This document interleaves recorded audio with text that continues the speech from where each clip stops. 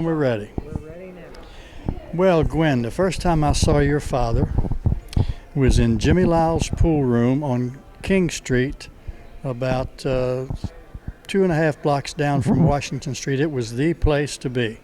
They had two players, two tables on the first level, and then all the amateurs like myself, when I was young, we played on the back three tables. And the first time I ever saw your dad is the resident two-bit hustler. We called him Woodbridge. His name was Horace Turner, and he was from Woodbridge, Virginia, way down Route 1. But every time I was ever in the pool room, he was there. He wore a brown gabardine suit. He put pomade on his hair, parted his hair down the middle. He was the closest thing that you've ever seen to an orangutan without going to the zoo. And we called him Woodbridge, and he was a character.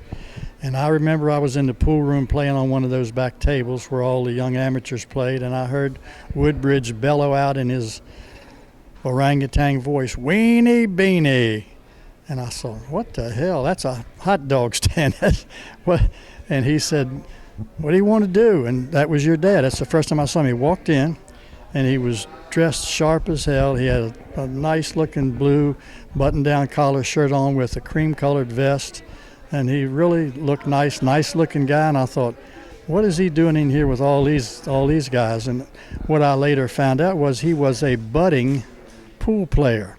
Woodbridge, who was, as I say, a two-bit hustler, he probably couldn't hold a stick for more than $2 a game. But your dad got an education from Woodbridge, as I read in that pool obituary they wrote about your dad, that Woodbridge won a lot of money from your dad in penny ante games, 50-cent 9-ball and $1 9-ball and maybe $2 9-ball.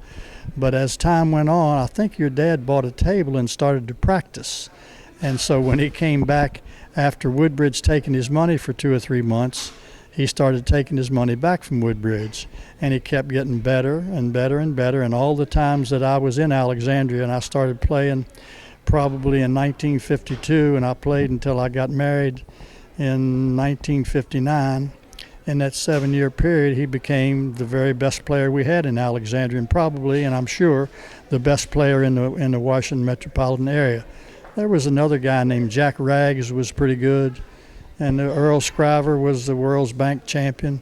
He was pretty good, but none of those guys could beat your dad. And your dad, Bill, branched off into a game called One Pocket. Me, I didn't have the patience to play One Pocket. In fact, he won some money off of me one day because he said, "Red, let's play One Pocket, and I'll give you 8 to 6. That means that he had to make 8 balls, and I only had to make 6 in one of the corner pockets. But he would shoot with a short stick. So he unscrewed the pool stick in half, and he started shooting with that short stick. And I said, hell, this is going to be easy because he can't shoot with that short stick. Well, obviously, he had been down there in his rec room practicing on that short stick because it didn't take me long to see that it wasn't much of a handicap. He just turned the stick over and held the stick in the back and shot it like he was throwing darts. And he was very effective. And so I learned one thing: don't ever play Bill Staton in a trap game. And until the last time that we ever played, and we never played much 9-ball because when I was 17, I had good eyes, good nerves. I probably never played better than when I was 18 years old. And I got to the point like he did. I stayed in there 4 and 5 hours a day and played anybody and everybody that wanted to play. And so we were over at the Washington Lee Shopping Center on Columbia Pike. They had a pool room over there in Arlington, and he happened to walk in. I was in there playing somebody, and he said, "I got a game for you." And I said, "What's that?" He said, "Well, it's not 9-ball, but it's 8-ball. And we rack up the balls in a small triangle." And he said, "I'll give you the 6 and 8. And it didn't take me long to see the 6 and 8. Maybe that's comparable to getting the 7-9. He couldn't beat me giving me the 8 and 9, but he was going to give me the 6 and 8. And he said, "I'll give you the 6 and 8, but I get to rack them and I get to break them." And I said, "Fine," because I knew I could make 6 balls in before I could breathe. Well, it was another trap game he had me in. And when he racked them, he put my 6-ball in the middle of the pack, and every time he'd break them, he got to break. Every time he broke, my 6-ball would run, get in the pocket. So basically, we were playing even. So right away, and we're playing for like $5 a game, and right away I knew I've been trapped again. You know, he had all these trick shots and trap games, but as it was, that night I happened to be playing out of my skull. And as I've told you before, you and your sister when we met before, I beat him out of $40, playing for 5 a game, which I was on fire. Couldn't have played any better because he was my mentor. He was like my pool daddy. He gave me a lot of tips, always encouraged me.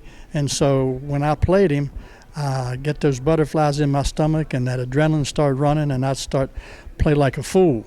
So I beat him out of $40, and the last $5, I'll never forget it. It's the last time I ever saw him. He threw the $5 on the table. I never saw him lose his cool, never saw him lose his temper, but he threw the $5 on the table, and in that little smiling grin and twinkle eye, he said, "You know I had you in a trap game you couldn't win, and somehow you got out." And he turned around and walked out of the pool room. And that's the last time that he and I ever talked, because I got married, stopped playing pool. I talked to him on the phone. He wanted me to come down to D.C., and he had some guys coming from New York, but it never materialized, and so we never got together again. But over the years, it was fascinating to see his career, because he was, not only did he play pool, he was a gambler, and